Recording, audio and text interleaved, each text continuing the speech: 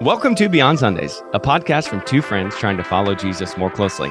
Odds are you won't always agree with us, and we'll stumble along the way, but we promise to be open and honest all the way through. I'm Matt, here with Hannah, and we've got a semi-new website that you can use to keep our show links and social accounts all in one place. It is beyondsundays.pod.com. We are truly grateful for all of our listeners and genuinely thank you for fitting us into your busy life. If you're on the treadmill or doing dishes or doing yard work, thank you so much for listening to this podcast. You can help us grow the community by following, rating, and reviewing us on Apple and Spotify. Hannah, we got the best people in the biz. We do, and I have to call somebody out. Yes, me. Yeah, you did mess up that intro. I did mess up more in the than intro. I've ever heard you. But I have to call out a listener. Okay. One of my favorite people, one of my two favorite, I won't say their last name, but siblings, Kaylee commented on the podcast on my birthday.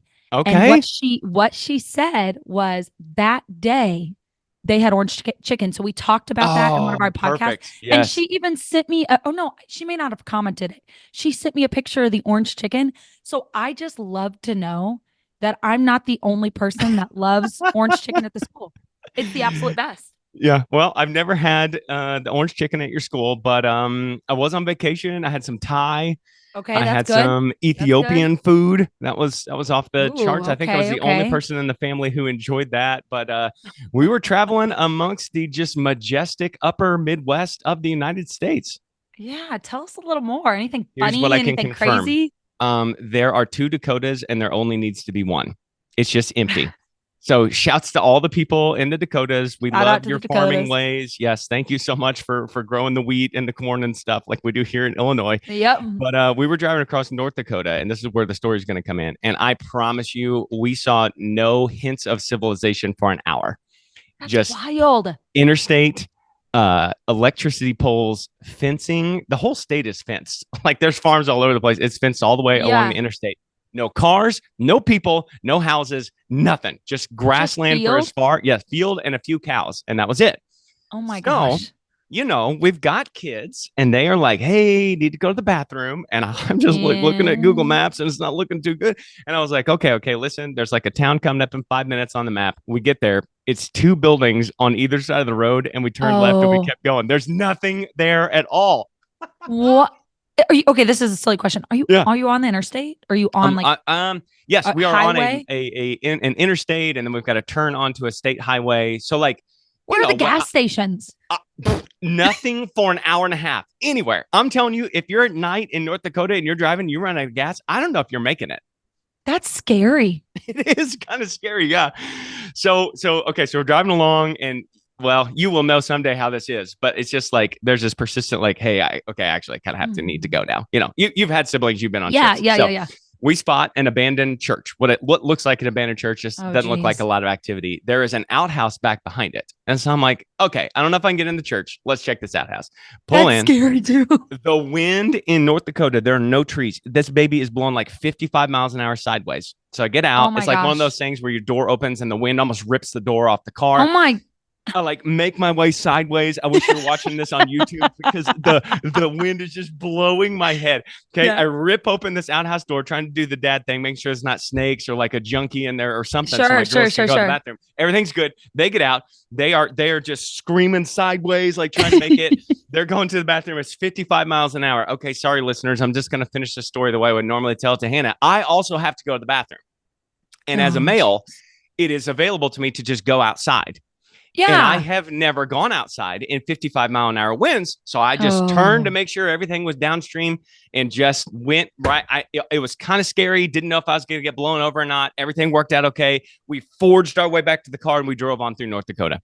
That is an experience. Was it Go ahead. Abandoned? Was the church truly abandoned? It really, really looked like the building hadn't been used in a couple of years. Yeah. Luckily, this was not at night. Because I don't know if they would have gone in that outhouse at night. Did Michelle go in there?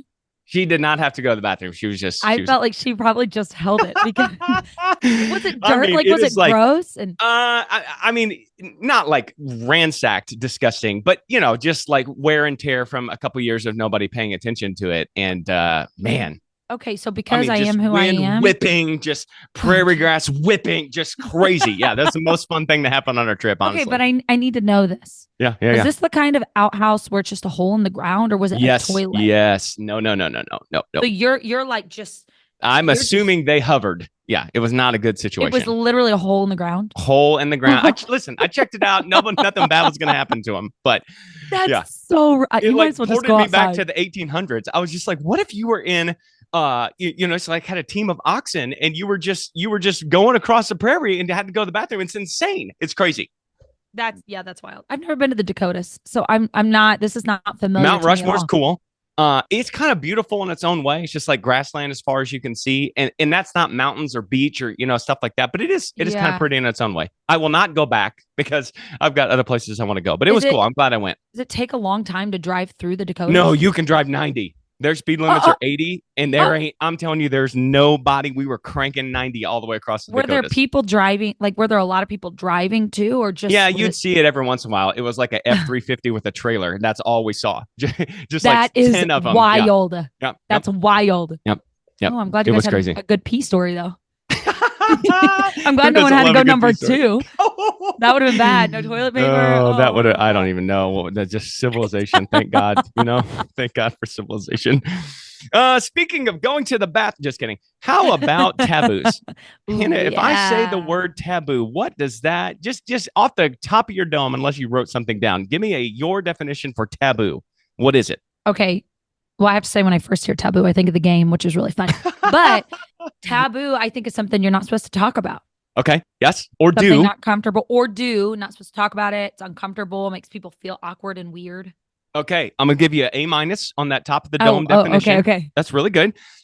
This is a dictionary definition. Taboos are banned on grounds of morality or taste, or they're banned as constituting a risk. Okay.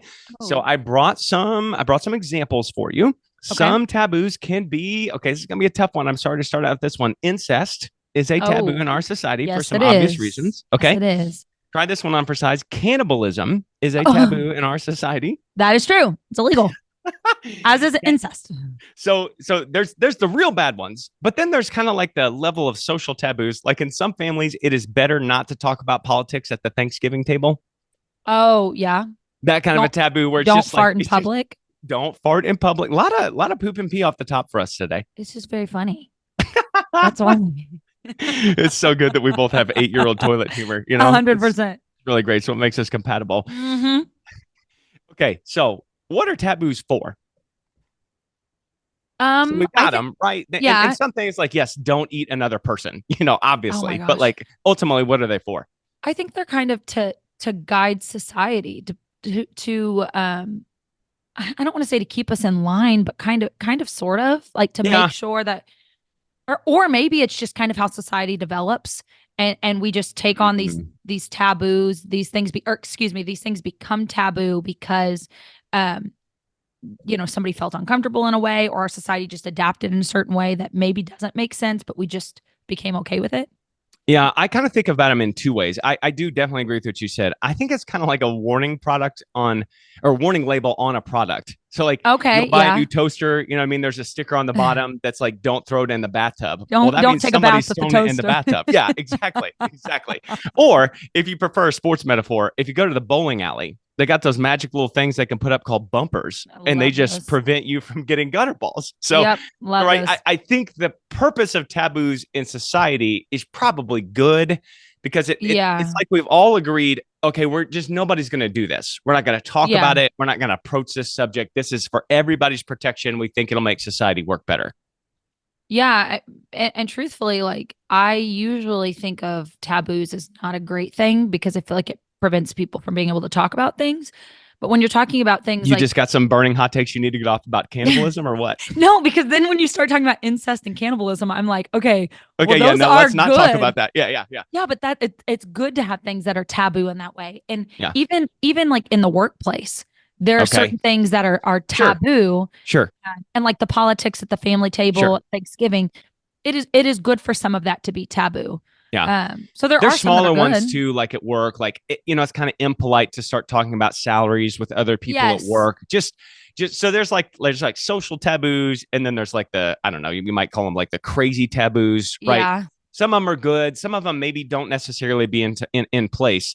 But I obviously don't want to talk about society. I do want to talk about the church. Yeah. And Yeah. we are almost always on the same page. And so we'll probably be on the same page at this. Yeah. But I do kind of think that taboos in the church are not helpful. Just at Yeah. first blush, are you on board with that? Do you think I that too? I am on the same page. Yeah. And maybe I could be convinced differently if it was a specific topic, but as of right now, I feel like they're not good for the church. Yeah, because I really do think church is a place where, okay, the church itself should be able to minister about any and every topic Yeah. because the Bible covers, any and every topic in the Bible in some Yeah. form or fashion. But then on the other hand, too, I think if you're a part of a church community, you should really be able to share anything from your life and feel like you're in a community of people that aren't just going to like clam up and ostracize you or Yeah. look at you Yeah. weird because you've shared something. So I think taboos from both directions in the church are kind of wrong. Yeah, I mean, I completely agree with that. I think again, it causes people, or prevents people from being vulnerable and being open about things. I will say, I do think, and maybe I'm wrong in this, but I do think Okay. there is a difference between like certain taboo. Like it would be taboo if the preacher was preaching to stand up and go interrupt Oh, him. I So, see. so Okay. there are some actions, Social taboos. some things like Yeah. that. But when it comes to what you can talk about in the church and what Yeah. you can be open about, um, I think those taboos hurt us more than they help us. I think you're 1,000% right. Like, don't let your toddler rip off the diaper and just truck around the church. Like Please don't do I that. had not even considered taboos in terms of that. I think you're 100% right. There is a way to do things like orderly and But what you're talking about, what you're yeah, able to share, yeah, I think taboos, those things that become taboo in the church should not be taboo. right. Well, because here's the I want to talk about some specific taboos that the church has, and you and I can kind of like give our 2 cents about why we think certain topics or issues are more taboo in the church. But before we do that, I do want to spend a second talking about how I think they hurt the church and how you Sure. think they hurt the church. And I Sure. think to me, the primary reason that it hurts the church is the church has to be a place where people can open themselves to God. Yeah. And if you're shying away from certain subjects or you're shying away from talking about or ministering about certain things, or the people aren't comfortable sharing certain things, like light can only fix the light of Jesus can only fix you if it can get into you. Yeah. And Yeah. if you can't open those things up, I just think you're blocking Jesus's healing power. For sure. I started this a couple years ago with the young people. I started talking about like when they would come in, I knew I had kids that didn't quite believe anything. They weren't sure what they believed. And I Sure. started saying, this is a safe place for you to come and discover your what I you love do that. believe. You don't have to believe what we believe. You don't even have to believe in God to be here. Yeah. Come Yeah. and be a part, and it's a safe place to explore it. Because a lot of times you feel like you're in an environment where everybody loves the Lord, so you can't question, I don't know if this is real. Yeah. So I tried to kind of open that up recently because I felt like I was hurting kids more than helping them by not saying those things. No, I think that's really great. And let me ask you a leading straw man dumb question. Yeah. When you open that up for anybody to share anything, did you like mess up the kids who are foundational in their faith and like now No. they're just running around selling drugs everywhere? No, because I do think when you question, when you're allowed to question and talk about the hard things, it usually solidifies what you believe as opposed to pulls you away from it. I agree. That's what I guarantee feel. you, every single person listening to this right now who is, actively trying to follow Jesus, that we have all had moments where we've had doubts and we've had things we're not sure about. And it helps so much for you to have a safe place to come and talk about those kinds of things. Yeah. And I think there was a time in the church, even with me growing up, where like, and I know for you too, when knowledge, like gaining knowledge, especially like through college, was kind of looked down upon a little bit Sure. because there was this concern that you would be exposed too much to the world. Yeah. And I think that we forget that, again, by being exposed to those things, it allows us to question and press and then to dig into the word of God. So by talking about these things that are taboo, it allows us to find the true meat in the word that supports what we believe as opposed to Yeah. just believing what we've been told. Yeah. Well, I think if you're anchored in your faith, I mean, I would like to sit here right now and tell you that there is no conversation I could have with any human being in the world that would keep me from believing in Jesus Christ. Sure. So if you're anchored in your faith, I mean, you and I both went to college and we Yeah. walked in Christians and we walked out Christians. I don't see that there's some huge issue with that. I will say Yeah. there are times that if you're walking into college and your faith is shaky, I think then that can be an issue. But if your faith Yeah. is shaky, almost anything can be an issue, right? Yeah. And I think sometimes too, like with the church, we try to put so much, this is what you have to do. This is how you have to behave. Yeah. This is what you have to believe because we know that setting boundaries are good. Sure. But sometimes by setting those boundaries and not giving people the freedom to push and to question and to ask, they can never really find their true belief in it. They're just believing it because it's what they've been told. And then it becomes something that you're doing out of obligation as opposed to something that you live and breathe and know for yourself. Yeah, no, I think that's perfect. And that leads right into something else I see as a huge issue about setting up these walls and these taboos about issues is you'll send people seeking affirmation in the wrong places. Yes. If you can't get affirmed in who you are and what you believe at church, there is a whole world of the internet. So much. Any way that you want to live in your life, you can go find somebody on the internet who says you're good and we accept you and we think you're good. That can be super dangerous if you're on shaky ground with your faith, right? I mean, you think about TikTok, and I giggle and laugh about TikTok because I have to keep it off my phone most of the time because you'll get scrolling, and people that are listening, I hope that you get it too. You get scrolling and you look up and it's 2.5 hours later and you're like, oh my gosh, what happened? But this stuff is just poured into you. And then the algorithm goes towards what you're looking for. It can be dangerous. So if you're seeking something, like you said, you're going to find that on the internet. So why not talk about it in church instead? Well, exactly. There's the whole issue of confirmation bias too. If you are feeling a certain way, you're likely going to go seek sources that justify the way that you're feeling. Been there. Yep. Been there, done that. Been there, done that. So like, to me, this is such a black and white, easy issue. We are so much better off talking to somebody in the faith community, a leader or somebody that we trust. We are so much better off talking about times when we're shaky in our faith than going outside of the faith community into who knows who on the internet, just being okay with everything. Oh, yeah. And I think that's one of the reasons that you and I have been able to have such a good friendship is I could say anything to you about the Bible. Really, I think you should right now. It's just us. Oh. No, it's just us. Just go ahead. But you can, no, genuinely though, shut up. You could say anything, these crazy ideas like, do you think that this means this and there were demons doing this? And and we can listen and talk. But if I come say something crazy, you're going to say, okay, I'm not sure that lines with the word of God. Let's rethink that. Or, oh gosh, there's some truth to that. So talking about it allows us to develop. Yeah. Well, I mean, here's the thing. You hit on something critical. You and I have the relationship where if you're saying something crazy or I'm saying something crazy to you and the other one's like, I don't know about that. Like that takes me to sit up and take notice. If you're not sure about what I'm thinking, I have a deep enough relationship with you that I respect what you think versus me just again, I hate to just blame everything on the internet, but like just going half cocked off onto the internet and getting somebody's opinion, right? They're just, they're not going to push back, I guess is what I'm trying to say. And we need that pushback sometimes. And that also can happen in a church when we open ourselves up. Well, and two, with the internet, like you're getting a one-sided thing. So you're not having a conversation. It is just a person speaking on something.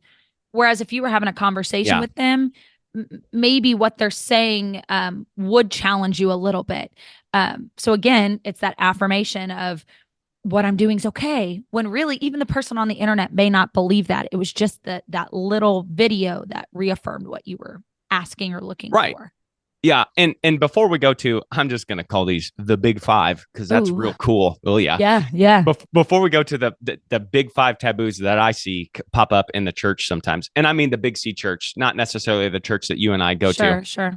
I also think the other issue with setting up these walls about what we will and won't discuss or making people feel like they can't open up about anything is you're really crushing and limiting the ability of people who have gone through certain things in the church to minister to other people. Yeah. And like, Yeah. that's some of the most beautiful things that I've ever witnessed in my life is Yeah. I really don't have a testimony of I used to do this and God brought me out from this. And right. So there's just like a limited ability for me to help certain types of people, but other Sure. people have been through that kind of stuff. And man, if we're not talking about it, those people never get the chance to help. Yes. Yes. They never get the opportunity to share. And the thing is it is just as much of a blessing to share your testimony as it Yes. is to hear somebody's testimony and to be encouraged. Oh, that's a by great it. point. So, it's helping you to share. That's it a great is. I point. think we're stealing people's blessing when we don't talk about the things that we need to talk about. Yeah. Okay. So the big five. Big five. And listen, listeners, before we do this, these are touchy issues. And I think Hannah and I both think this. I mean, you can weigh in. I think there are obviously ways to talk about these issues, and there are ways to not talk about these issues. We do have to be responsible, and we do have to think carefully about how to present certain of these types of things. You can't just walk into church and just say anything about any subject to anybody, right? You have a responsibility to do it as God would want you to. But we're just going to dive into some of these. And I was going to give you like an offensive trigger warning, but I'm really not going to, because I just really think that the Christian community should be able to communicate openly about this stuff. Yeah. Right. Yeah. Yep. Okay. So number one, you've already said it, doubt and deconstruction. Yeah. So deconstruction, if you're not familiar, is you're critically examining things that you have believed maybe even your whole life. And you're starting to take a fresh look at them, and you're starting to rethink some of your foundational beliefs that you have run into. So if you couple that with doubt, I think that's a big taboo in the church. Do you? Oh yeah, I think it's huge. I think too, social media has taken that idea of deconstruction and they have run with it. And so this idea of something that really I believe is good, because you should build up rules and standards and boundaries, but there comes a point in your life where you go beyond that, and it's not about this is right and this is wrong and this is what you should do and what you shouldn't do. It goes to a point where that doesn't benefit me any longer. That's why I don't do it. I don't touch that stuff because it's not getting me closer to God. But instead, what you see on the internet with things like deconstruction is the church is bad. The church hurt me. I can't go to church. I'm a person that just doesn't attend church because I've been hurt. I can do this all on my own. That's what you see instead. So I think that deconstruction gets a bad name because the internet ran with it. And again, the internet, but it has. But the church isn't talking about it. They don't. Church isn't there. And I think that's my primary point with a lot of this stuff that we're going to go through is the church has a voice about this stuff. The church has people that can talk about this stuff. But when we don't talk about it, all we're doing is leaving the whole ball game to somebody who's not in the church. Yeah. And maybe this is a hot take, but I also think the church doesn't want to talk about deconstruction because we stand so firm on this idea, which is true, that God is the same yesterday, today, and forever. Totally true. Yeah. But the Bible is living, which means to me that we should be evolving and changing. And the belief that I had at 12 years old, my 30-year-old self, it doesn't mean that those core things aren't the same, but my 30-year-old self should not be settled in those same, I say that lightly, but should not be settled in those same things. Now, again, there are certain things, again, that never change. Correct. But Pastor just preached a message about, on Palm Sunday, he was talking about the Jesus that went through, that they put the palms down for, who they were worshiping, was a different Jesus than they thought he was. They thought he was the Jesus that was coming to in victory and triumph. In this way where they were going to pull them away from the Roman Empire. And that is not at all what he was doing. Yeah. So that was the same Jesus that they worshiped. That's really good. A week later is who they killed on the cross because their idea of him was wrong. Yeah. And I think without deconstruction, we can sometimes get quote unquote burnt by God, or God doesn't live up to what we thought he was supposed to do. And so then we're hurt and confused.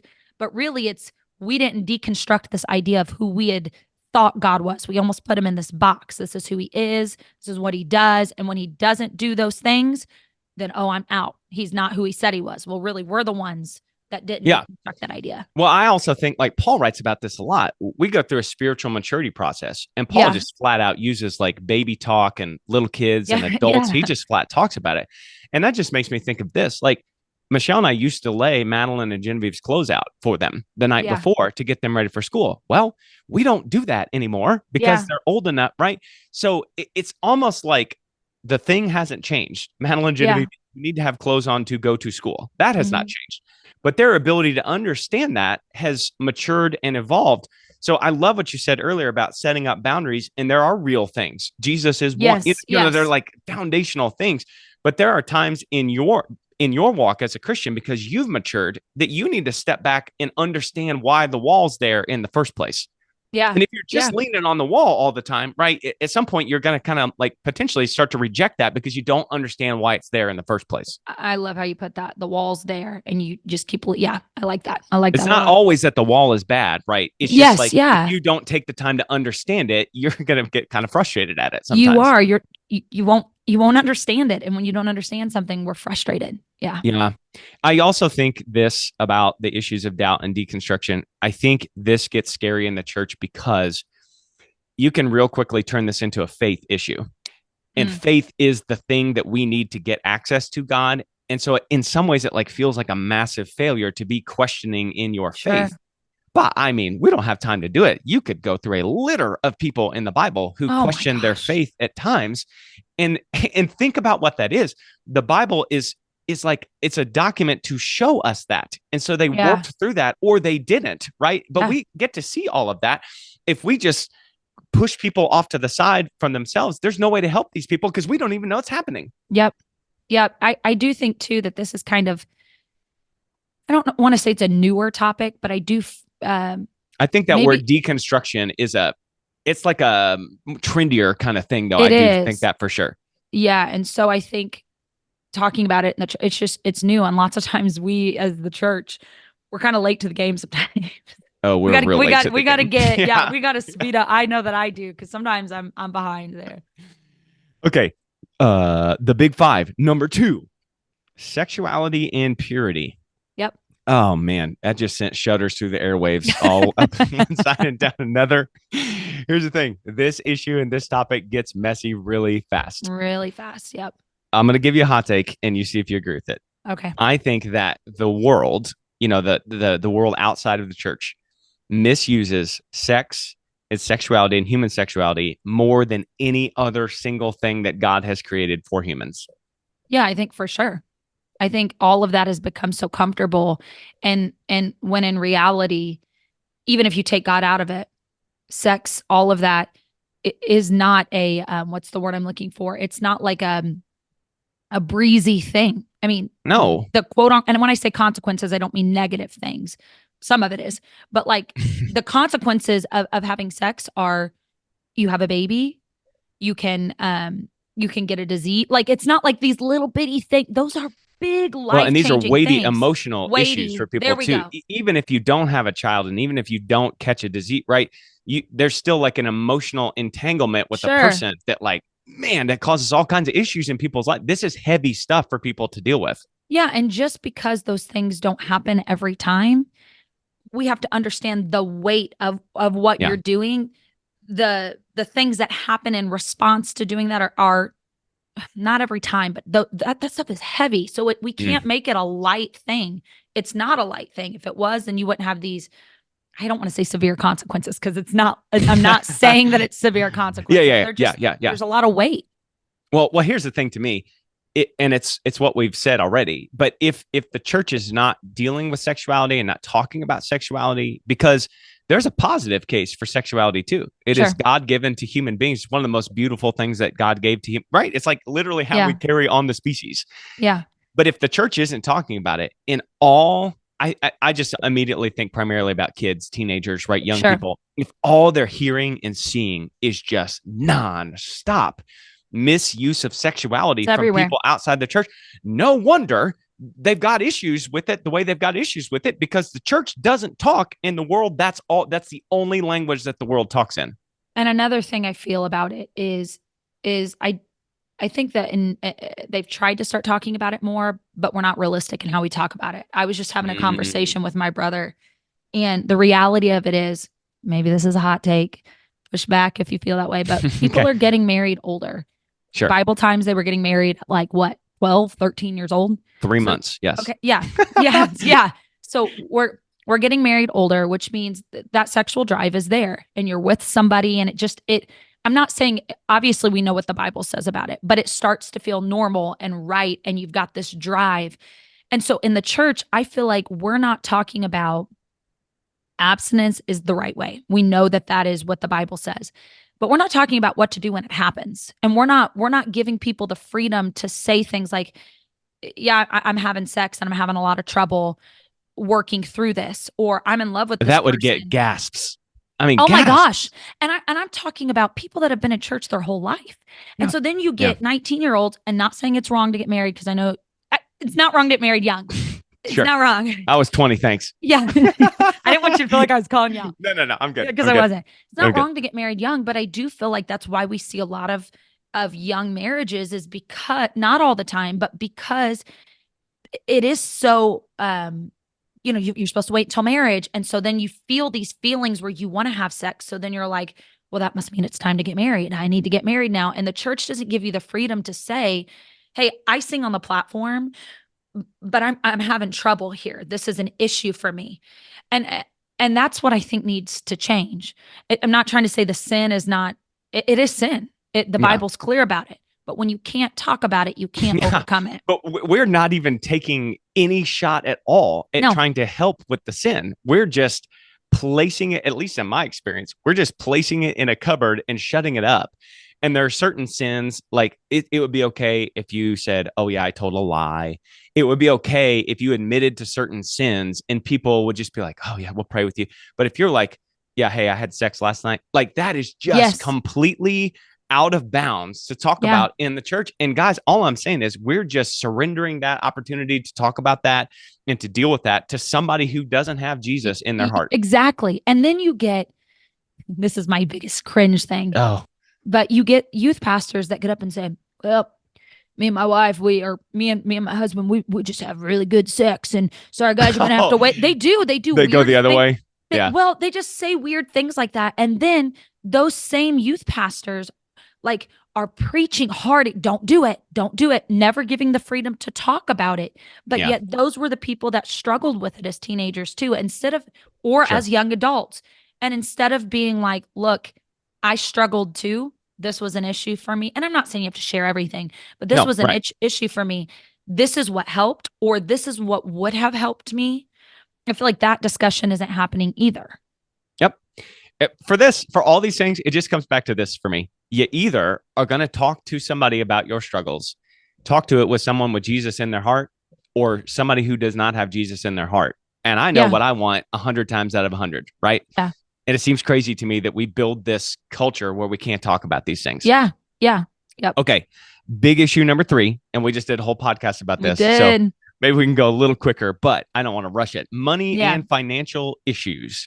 Ooh, People are fiercely territorial about money. And I feel like it's almost a substitute of someone's worth. And I think the church stinks really bad at talking about money issues. Yeah. I think we tiptoe around it because of it being taboo, and because people are so afraid that if we bring up money, that it's going to push people and run people away. So I do think there's a right and wrong way to bring it up. Yes, there is, for sure. But that's my thought. We just kind of brush it under the rug because we don't want people to think we're just trying to milk them for money. Yes.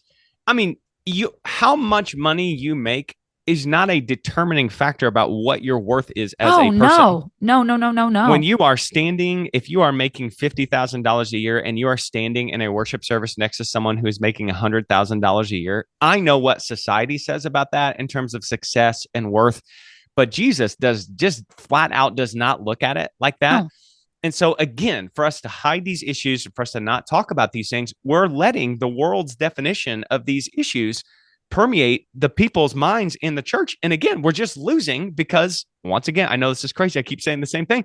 You're either talking about it with people who love Jesus, or you're talking about it with people who've got other things. Yeah. Mm-hmm. Yep, exactly. Okay. Are you ready to hit the biggest one? Oh, I'm ready. Are you? I think so. Number 4, identity issues. Yeah. Yes, I'm talking about transsexual issues. Yes, I'm talking about all of that kind of stuff. I think the church is more behind on identity Uh-huh. issues than any other single issue that there is. Yeah, and I think a lot of it is we are afraid of what we don't know. And Mm, so we're ignorant to some things. And I always get bothered when people try to speak on how certain people should feel when they haven't experienced it. And so, yeah. again, I'm not saying that we don't say what the Bible says, but Yeah, of course. sometimes you'll get, and I've heard it in a pulpit, a lot of times you'll get a man in the pulpit who, for some reason, when there are a bunch of It is almost always a man in the pulpit, but keep it going. is. It is. You'll have, 20, 85-year-old people in there and they're saying Shouts these to the 85-year-olds. shout out to them, but I'm just like they're talking about Yeah. these sort of sexual issues. Yeah. And it's like all it is to get a rise out of people. And it's like the man or woman in the pulpit it is just tearing these people apart and they've never experienced what it's like Yeah. To be Be attracted to confused, something, be not sure. Yeah. Not know your place, like all that kind of stuff. Yes. Yes. So that's frustrating to me. To me, those, and I hope everybody's okay with me saying this. To me, these kind of identity issues almost always boil down to the person ultimately does not feel okay enough about their own identity. Sure. And so they are seeking to change their identity to something else.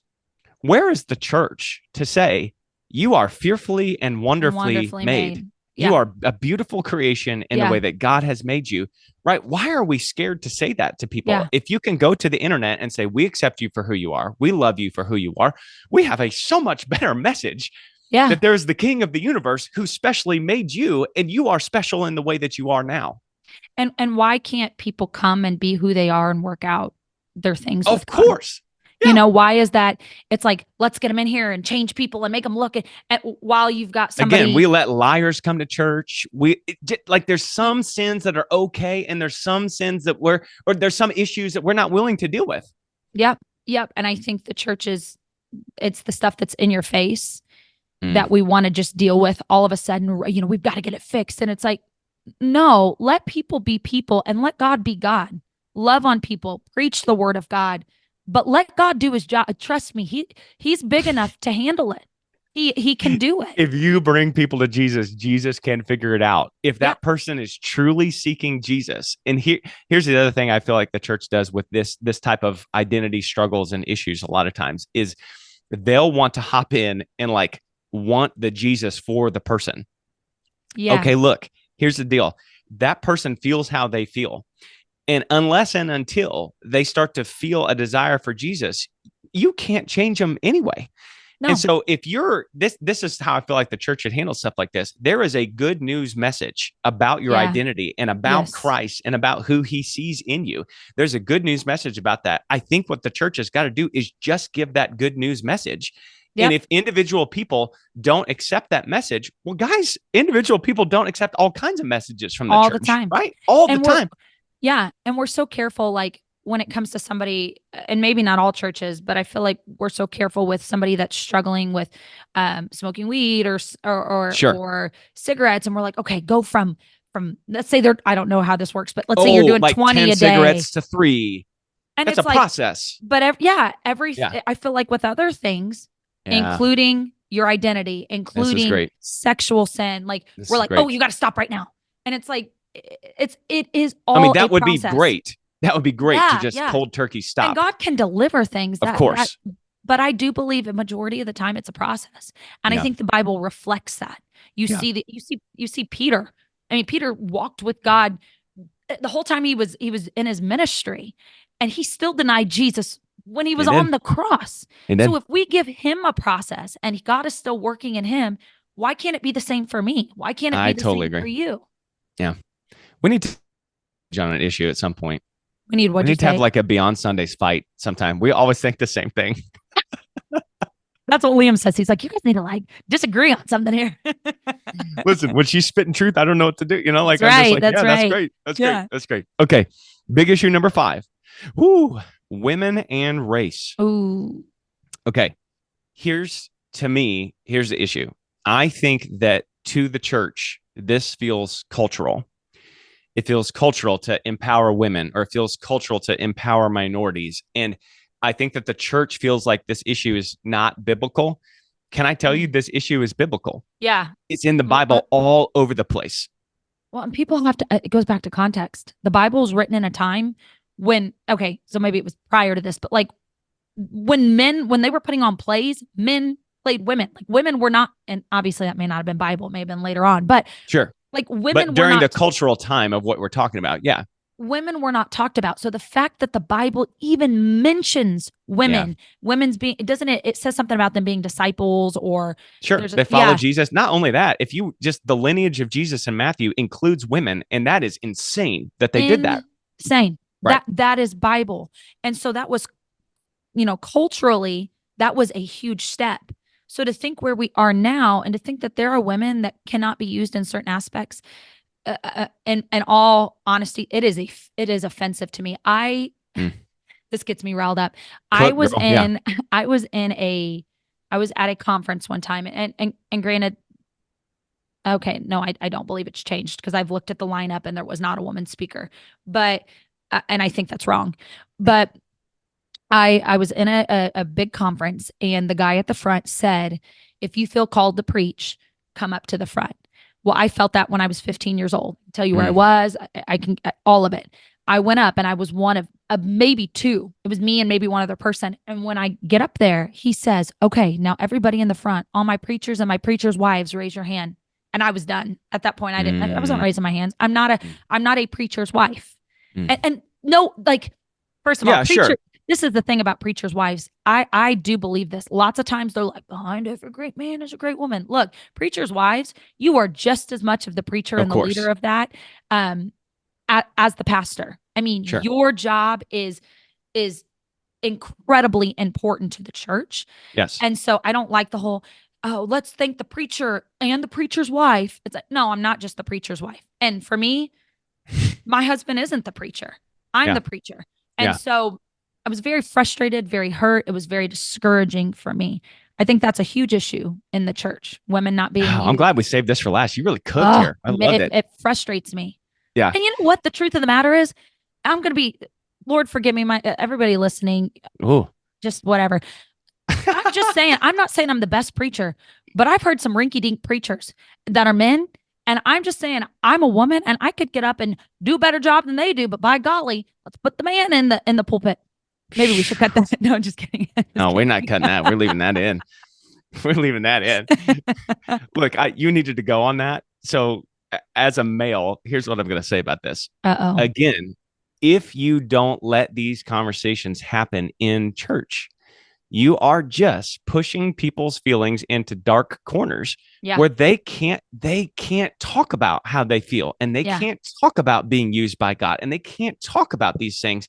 And listen, I think that all of these issues that we've just talked about, there's going to be room for people to look at these things a little bit differently, and room for churches to think about them a little bit differently. And I think that's perfectly fine. But my point is, if you're never having the conversation, you're just leaving all this stuff off the table. And that seems completely insane to me. For sure. And when it comes to race, living where we live, I think a lot of times we want to say things like, well, I'm not racist, and I'm not this, and I'm not that, without ever looking inside of ourselves to really see what our actions show. And I think it's all about being reflective. You can't say, because I've got this type of cousin, or this type of brother, or my best friend looks like this. You can't say that excludes me from having some racial bias, or having something that doesn't need to be reevaluated. And so I think it's important in the churches to look at your staff, to look at the people that are coming to your church. Are we welcoming to everyone? Are we making comments that we think are kind of just cutesy and funny, but are offensive? And if that's the case, we need to be open to be corrected, and be open to say, oh, we should change that, or this needs to look a little different. Yeah, there's just no issue. There should not be an issue at all. It just broaching these conversations and having them. Because if you're never talking about it, you're never uncovering issues. You're never investigating things. And let me tell you this, you're just like sealing off God's blessing in certain areas for your church to work, and God may be trying to pull your church in a certain direction, and you're just sealing these things off. I mean race and women and identity and money and sexuality, all this stuff. That's the worst to me. And heaven's going to look a lot different than we think. Oh, yeah. It's going to be a multicolored blanket of everybody that God's ever created. All types of people. Yeah. Who are following after Jesus. Obviously, who are following after Jesus. Who are what? Hashtag struggling after Jesus. Hashtag struggling after Jesus. That's right. Struggling towards Jesus. I don't towards even remember Jesus. now. There we go. That's bad. That's bad. So let's put a bow on this conversation. Yeah. I love this conversation. This is my favorite one we've had so far. Mine too. And what should we as a church do moving forward? I think we need to create opportunities to talk about it. So maybe that means it's not always get up and preach to people. Maybe sometimes it's let's sit down and talk and get ideas from people, hear what they have to say, give people the opportunity to talk. I like that a lot. I also think I love what you said earlier in terms of us taking certain issues and being okay with a continuum of coming towards Jesus. Yeah. I really think that we should focus hard as a Big C church at being open to anything being a continuum towards Jesus. There's going to be slip backs. There's going to be 2 steps forward. There's going to be 1 step back. That's part of being a human being. It is. And the more that we can not compromise what we're telling people, because if we're not telling people what Jesus says, then we're doing them the ultimate disservice. Yes. So don't change what Jesus says, but change our relational status with people and just give people grace, because ultimately it's God that's going to have to deal with it anyway. Yep. You're exactly right. Right. Okay, look, I think we just solved all the problems. The world problems. We're pretty good here. I think so, at least in terms of being open and honest and talking. And look, listeners, this is what we've always told you is on this podcast. If you agree with us, if you disagree with us, we welcome you to listen to any and all of our conversations. We would love for you to. But here's what we're going to be. We are going to be open and honest. And I think you can see it in this conversation. We believe this strongly about every issue, because every issue deserves to have somebody minister to them who's been there before, who loves them, who's looking out for them in the right direction. So we do want to thank you for joining us today. We always enjoy going beyond Sundays and hope that you enjoyed the conversation today. If you have any thoughts or comments about our topic today or anything else, please reach out to us. Go to beyondsundays.pod.com for our show links and socials. And until next time, may the Lord bless you and keep you.